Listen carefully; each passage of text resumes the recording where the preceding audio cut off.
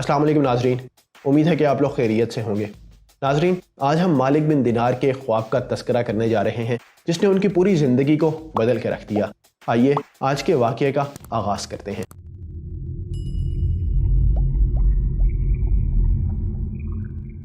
किसी ने मालिक बिन दिनार से पूछा कि आप पहले तो इतने नेक नहीं थे, अचानक आपकी ज़िंदगी कैसे बदल गई? तो मालिक बिन दिनार ने अपनी ज़िंदगी के बारे में बताना शुरू किया।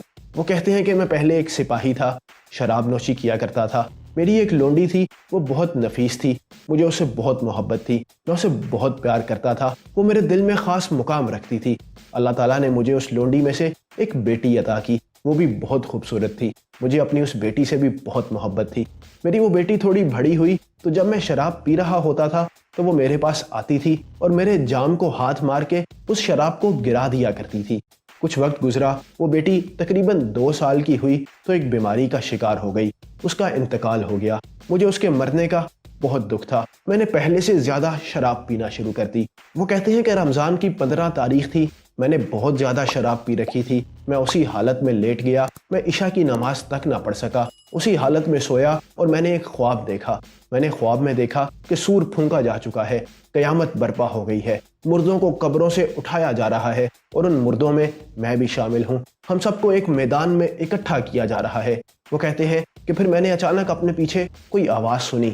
मैंने मुड़ के देखा तो एक बहुत बड़ा काले रंग का अजदहा जिसकी आंखें नीले रंग की थी, उसका मुंह खुला हुआ था और वो तेजी से रेंगता हुआ मेरी जानिब आ रहा था। उस अजदहे को देखते ही मैंने दौड़ लगा दी। मैंने भागना शुरू किया। भागते भागते मैं एक ऐसी जगह पे पहुंचा जहां एक सफ़ेद लिबास में एक बुजुर्ग खड़े हुए थे। मैंने उन बुजुर्ग को सलाम किया, उन्होंने मेरी सलाम का जवाब दिया। मैंने उन्हें कहा कि मेरी इस अजदहे से जान छुड़वाएं, मुझे इस अजदहे से बचाएं। उन बुजुर्ग ने कहा कि मैं बहुत कमज़ोर हूँ, मैं ज़ईफ़ हूँ, मैं तुम्हारी मदद नहीं कर सकता, तुम भागते रहो, हो सकता है अल्लाह ताला कोई सूरत पैदा कर दे। वो कहते हैं कि मैंने भागना शुरू किया। भागते भागते मैं एक चट्टान पे पहुंचा। उस चट्टान पे पहुंच के मैं रुक गया। मैंने आगे देखा तो मेरे आगे दोज़ख थी। मैं दोज़ख के तमाम दर्जात को देख सकता था। उसमें मौजूद इंसानों की चीखों पुकार की आवाज़ें मुझे आ रही थी। उसी हालत में मुझे ये खौफ लाहक हुआ कि कहीं मैं दोज़ख में गिर ना जाऊं। फिर अचानक मुझे आवाज़ सुनाई दी कि तुम यहाँ क्या कर रहे हो, जाओ, तुम्हारा ये ठिकाना नहीं है। मुझे ये आवाज़ सुन के कुछ इत्मीनान हुआ। मैंने मुड़ के देखा तो अजदहा मेरी जानिब आ रहा था। मैंने फिर भागना शुरू किया। मैं भागते भागते दोबारा उसी मुकाम पे पहुंचा जहां वो बुजुर्ग खड़े हुए थे। मैंने फिर उनसे इल्तिजा की। मैंने कहा कि मैंने पहले भी कहा था मेरी इस अजदहे से जान छुड़वाएं, मेरी कोई मदद करें। उन बुजुर्ग ने फिर मेरी बात सुनी तो दोबारा रोना शुरू कर दिया। उन्होंने कहा कि मैं तुम्हारी कोई मदद नहीं कर सकता।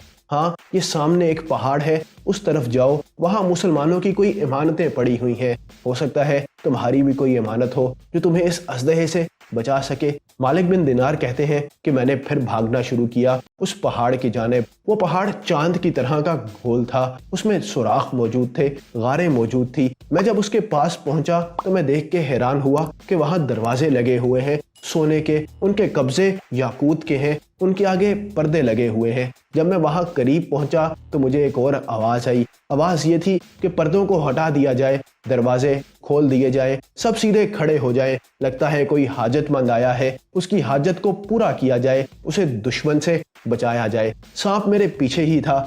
वो कहते हैं कि मैं पहाड़ के पास पहुंच के रुक गया। अजदहा मेरे और करीब आ चुका था। मैं देख रहा था कि पर्दे हट चुके हैं, दरवाजे खुल गए हैं। उन दरवाजों में से नन्हे नन्हे बच्चे निकल रहे हैं, उनके चेहरे रोशन हैं।